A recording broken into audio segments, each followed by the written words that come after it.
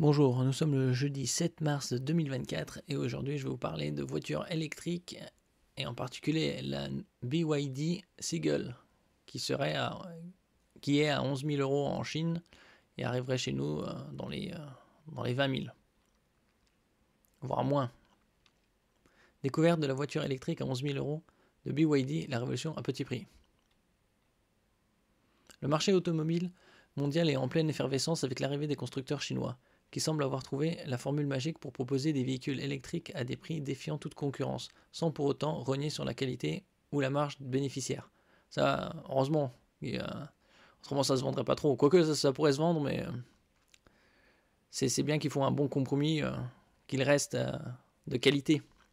L'exemple le plus frappant de cette révolution vient de BYD avec sa Seagull, vendue seulement 10 150 euros dans son pays natal. Ici, nous avons deux essayeurs américains ont pu importer le modèle pour 11 500 $, soit 11 000 euros. Mais alors, comment font-ils? C'est ce que nous allons découvrir. Bon, au niveau du design, ça reste relativement correct pour une voiture pour 11 000 euros. Donc peut-être avec les normes européennes, une batterie plus importante, donc ça pourrait passer de 11 à 17 000, ou plus ou moins. Une qualité surprenante pour un tarif modeste. L'arrivée de la BYD Seagull sur le marché à un prix aussi bas a de quoi surprendre. Pourtant, loin de l'image d'une voiture électrique bon marché, ce modèle impressionne par sa qualité. Une société de benchmarking automobile basée dans la région de Detroit aux États-Unis, nommée Caresoft, a importé un modèle de Seagull pour analyse, révélant les aspects fascinants de sa fabrication. Mesures d'économie ingénieuses. La Seagull adopte des stratégies de réduction des coûts intelligentes, telles qu'un unique essuie-glace avant, par exemple, supprimant le besoin d'un essuie-glace arrière. Cette simplification contribue à réduire les coûts de production sans compromettre l'efficacité. Ça, c'est au moins un très bon point, qu'il n'y a pas de compromis sur l'efficacité. L'intégration verticale. BYD se distingue par sa capacité à produire en interne une grande partie des composants du véhicule, des panneaux de carrosserie au système électronique de puissance. Cette stratégie d'intégration verticale permet à BYD de minimiser les coûts en évitant les intermédiaires. Ça, c'est l'avantage. Ils sont pas esclaves des vendeurs tiers au niveau du tarif, donc ils maîtrisent au mieux le prix. Là, on voit comme une tablette là, de contrôle. Ça doit être aux alentours de 10-11 pouces, plus ou moins. Une vidéo d'essai révélatrice, la BYD Seagull à l'épreuve. La révolution du marché des véhicules électriques abordables est incarnée par la BYD Seagull, un modèle qui défie les conventions par son prix et sa qualité. Une vidéo d'essai récente apporte un éclairage précieux sur ce phénomène. Cette discussion approfondie entre deux experts met en lumière les aspects clés de la Seagull qui la distingue dans l'univers des voitures électriques. Je vous mettrai le lien en description, bien sûr. Un point saillant de la discussion concerne les options de batterie disponibles pour la Seagull, avec une mention spéciale pour le modèle de 38,8 kWh. Pour comparaison, la Renault R5 est livrée avec une batterie de 40 kWh, donc c'est grossièrement pareil, à part la version la plus puissante, c'est 52. Ces options offrent une flexibilité appréciable aux consommateurs, leur permettant de choisir la configuration la mieux adaptée à leurs besoins et à leur budget. À l'intérieur de la Seagull, confort et équipement. L'analyse de l'intérieur de la Seagull révèle une attention particulière portée au confort et à la sécurité, malgré le positionnement tarifaire agressif du véhicule. Ça, c'est un très bon point des Chinois, c'est qu'ils permettent de faire des véhicules très bon marché au niveau tarifaire, puisque c'est que 11 000 euros en neuf, et un confort et une qualité comparable à des voitures européennes qui coûtent le double. Sécurité et confort. Avec 6 airbags et le régulateur de vitesse adaptatif, la Seagull ne lésine pas sur les aspects sécuritaires. Les finitions telles que les coutures sur les sièges et le volant en cuir ajoutent une touche de qualité appréciable. Est-ce que c'est du cuir synthétique ou du véritable cuir?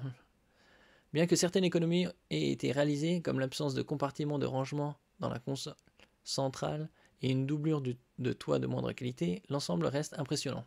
Oui, ils ont dû évidemment faire quelques compromis sur certains points. Et ils vont pas proposer une Mustang, les qualités d'une Mustang, quoi. L'expérience de conduite. L'essai sur le parking confirme les impressions positives. La Seagull se montre confortable, bien équipée avec des sièges électriques et la recharge sans fil pour téléphone. Ah, c'est pas mal la recharge sans fil pour téléphone, puisque d'autres marques la proposent en option à genre 150 € plus ou moins. Offrant une expérience de conduite solide malgré une accélération initiale mesurée. La qualité de la conduite, même sur des routes en mauvais état, et l'absence de bruit parasite soulignent l'excellent travail de BYD sur ce modèle. Oui, le problème de l'accélération, c'est que la puissance n'est pas non plus phénoménale, mais c'est compréhensible vu le tarif. Performance et sécurité, un compromis étudié. Avec environ 75 chevaux, la Seagull n'est certes pas la plus rapide des voitures électriques, mais elle offre une performance adéquate pour son segment. Oui, encore pour comparaison, vu que la taille est relativement similaire, une R5 de Renault commence à 90 chevaux, une autre à 120 et 150 chevaux. Bien que le modèle importé n'ait pas été conçu pour répondre aux normes de sécurité américaines et européennes, BYD montre sa capacité à adapter rapidement ses véhicules aux exigences internationales, comme le démontre l'évolution de son modèle Dolphin pour le marché européen. En effet, comme nous l'avions évoqué dans un article précédent, ce modèle sera retravaillé pour la clientèle européenne en proposant plus de puissance et d'autonomie, le tout à un tarif légèrement supérieur. Voilà. Cette adaptabilité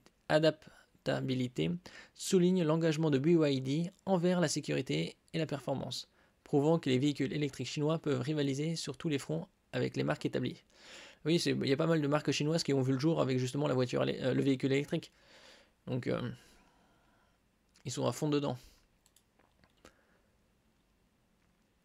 La voiture électrique à environ 20 000 € de BYD conquiert le monde et se prépare pour l'Europe.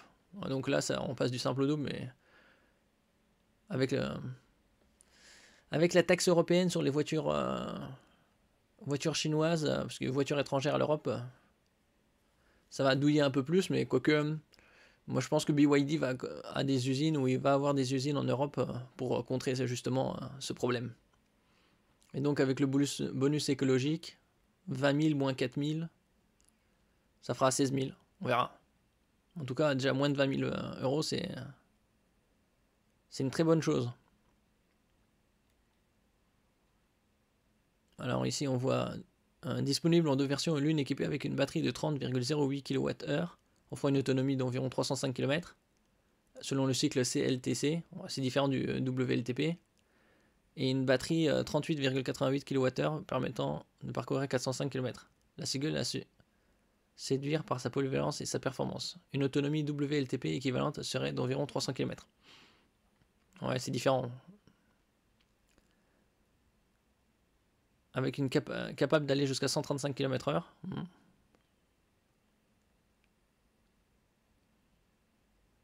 Comme nous l'avions vu précédemment, ce modèle serait retouché pour la clientèle européenne, afin de correspondre à la demande actuelle en proposant plus d'autonomie et plus de puissance en prenant les éléments de sa grande sœur, la Dolphin.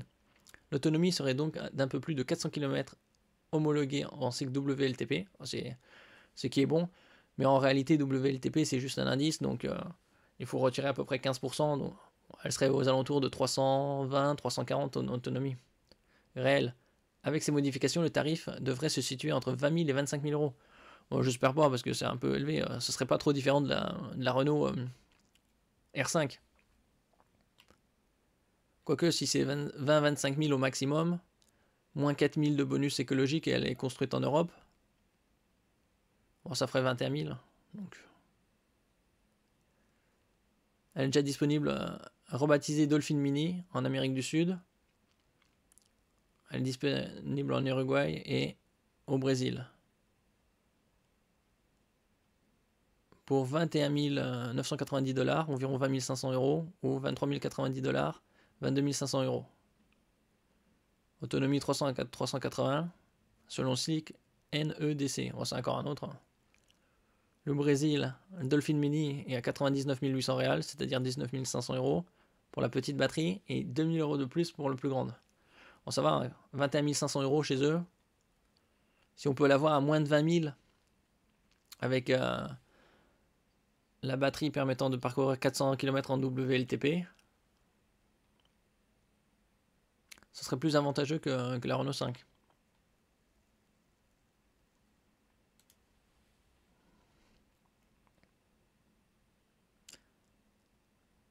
L'impact de BYD sur le marché global, l'expérience de conduite agréable et la construction soignée des véhicules électriques de BYD comme la Seagull et l'Atto 3 révèlent pourquoi de plus en plus de consommateurs se tournent vers ces modèles. Ils ne choisissent pas ces véhicules électriques simplement parce qu'ils sont abordables, en partie si quand même, mais parce qu'ils offrent un rapport qualité-prix inégalé.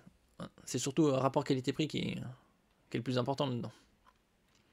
La montée en puissance de BYD et d'autres marques chinoises représente un défi existentiel pour les constructeurs traditionnels. Ah oui, il faut qu'ils se remettent en question, ça fait des décennies qu'ils sont dans le moteur thermique. Donc il faut qu'ils fassent les bons choix et pas proposer des véhicules à 30, 40, 50 000 euros, hein, mais plus dans les 15-20 000. Et pas des pouces-pouces. Les forçant à repenser leur stratégie de prix et de qualité. À travers l'analyse approfondie de véhicules comme la Seagull, l'industrie automobile mondiale peut apprendre à s'adapter, potentiellement conduisant à une baisse des coûts et à une démocratisation plus large des véhicules électriques. Ah oui, avec des tarifs 15-20 000, ce sera beaucoup plus abordable pour la population que des voitures à 25-30 000. Surtout avec une bonne autonomie. À 75 chevaux, c'est un peu faible, mais pour la plupart des gens, c'est suffisant. Et quant à l'autonomie, 400 km, autant dire environ 320, c'est suffisant pour la plupart des trajets. Après, pour partir en vacances, aux alentours de 280 km, il faut recharger. Si cette voiture elle est proposée avec un chargeur rapide, elle aura un très gros avantage sur la Renault 5 d'entrée de gamme, puisque la Renault 5 d'entrée de gamme n'a pas la recharge rapide. Bon, on verra ça quand elle sortira chez nous. Merci pour votre écoute. N'oubliez pas de mettre un j'aime, un commentaire, de partager et de vous abonner à la chaîne. À la prochaine fois.